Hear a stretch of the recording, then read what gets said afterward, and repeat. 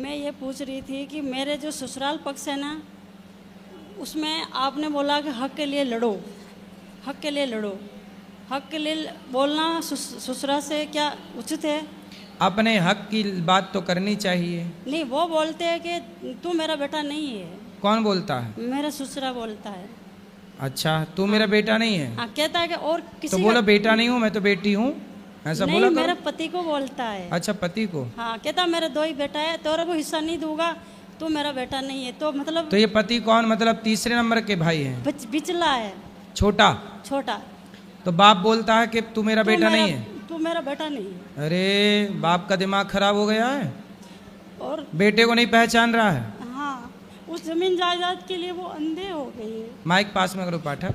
मतलब उस जमीन जायदाद के लिए वो अंधे हो गए।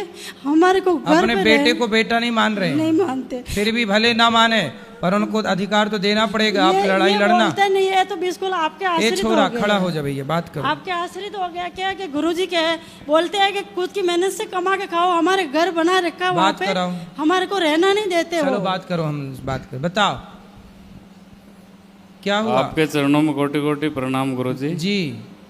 वो गुरुजी शुरू से ही ऐसे ही करते हैं, वो तो पिताजी। पिताजी। तो आपको नहीं देना चाहते कुछ?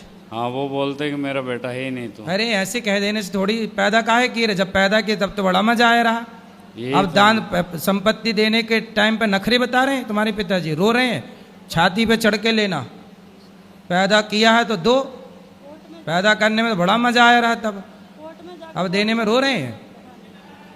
वो नहीं चाहते गुरुजी के। अरे चाहेंगे, सरकार नियम है, 3 बेटे हैं तो बाप की संपत्ति तीनों को दी जाएगी, ये नियम है। थोड़ी थोड़ी करके बेचते, कभी तो बंगला बनाते, कभी बेच गाय लाते, हमारे को नहीं दे। मैंने बोला जमीन मत दो, पर मेरे को नकलने के लिए रिश्ता गेला दे दो, वो भी नहीं देते।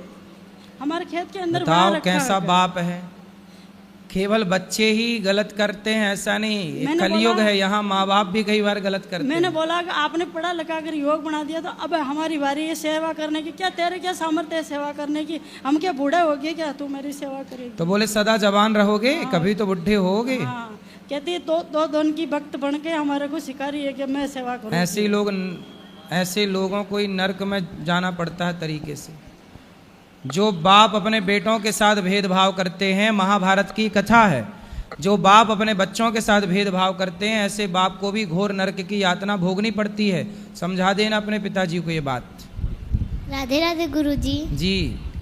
मेरा यह प्रश्न है कि मेरी माता बोलती है पढ़ोगे लिखोगे बनोगे नवाब, खेलोगे कूदोगे बनोगे गवार।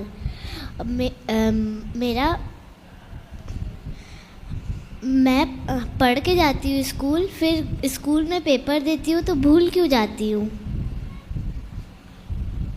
स्कूल में पेपर देती हो तो भूल जाती हो? नहीं, पेपर लिखने जाती हूँ तो मतलब क्वेश्चन का आंसर ही भूल जाती हूँ। और अच्छे से पढ़ा करो बेटा, अंकुरित अनाज खाया करो। क्या खाती हो आप? सब खाती हूँ। सब में क्या? मछली भी खाती हो? नहीं। अंडा? नहीं। चने को अंकुरित करके खाया करो, दालों को अंकुरित करके खाओ, बादाम खाओ थोड़ी सी, याददाश्त अच्छी रहेगी। और पढ़ोगे लिखोगे तो बनोगे नवाब नहीं। नवाब कोई अपना सनातनी शब्द थोड़ी है। अपने यहाँ तो पढ़ोगे लिखोगे तो आप पढ़ लिख करके बढ़िया शिवाजी बनो, झांसी की रानी बनो। नवाब क्या है? तो झांसी की रानी बनना है आपको। पढ़ लिख करके आपको कौशल्या सुमित्रा बनना है, जीजाबाई बनना है। ठीक है? जी गुरुजी। खूब पढ़ो लिखो और याद हो जाएगा बेटा। आप अंकुरित अनाज खाया करो, और जब पढ़ने बैठा करो तो उस विषय को समझ के पढ़ा करो। याद का मतलब ये नहीं कि तोते की तरह रट लिया, समझ समझ के जब पढ़ते हैं तो विषय याद रहता है। जी गुरुजी। जी।